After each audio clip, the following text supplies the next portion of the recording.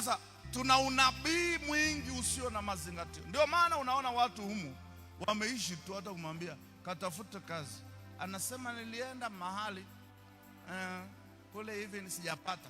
Wewe ndio unajipa kazi au ni Mungu anakupa kazi?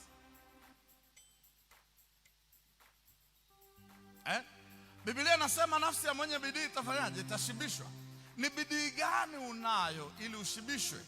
Unabii ni neno linalothibitika. Zamani unakumbuka nilikuwa nawaambia watu, nenda kaombe kazi popote hata kama hapajulikani. Kule ICC, baba nitaomba kazi gani? Wacha kujipendekeza na mambo, maneno yako mengi. Mimi sasa sijasoma. Unajua kule watachagua mtu amesoma. Nani alikutuma? Roho wa Bwana amesema nenda. Basi wewe nenda pale. Unataka kazi? Ndio. Unaweza kazi gani? Yoyote mlionayo huko ndani. Maana hapa nina maagizo hapa. Hivi wewe unawezaje kutokujua thamani ya nabii? Sawa, unabii ni Mungu anasema, kwa sababu leo hii waziri tu, sio rais, waziri tu, hata mkuu wa mkoa hapa, ukienda kwake akakupenda tu akakwambia ulikuwa unataka kazi gani? Mimi nataka kazi ya nani, ya Shell. Okay, kuna mtu namtuma hapo mpe kazi.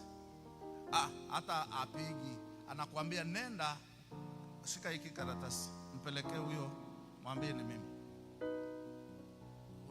Unashangaa tu, anakuambia kwani unaweza? Ninasema chochote tu, maana mkuu amesema mpe nini? Kazi. Mkuu akisema wewe unakatalia wapi?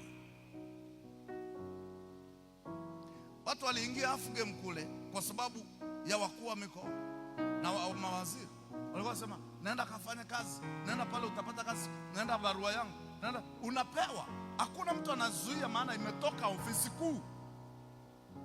Sasa neno la unabii ni neno linatoka ofisi kuu, linakuambia nenda kafanye kazi.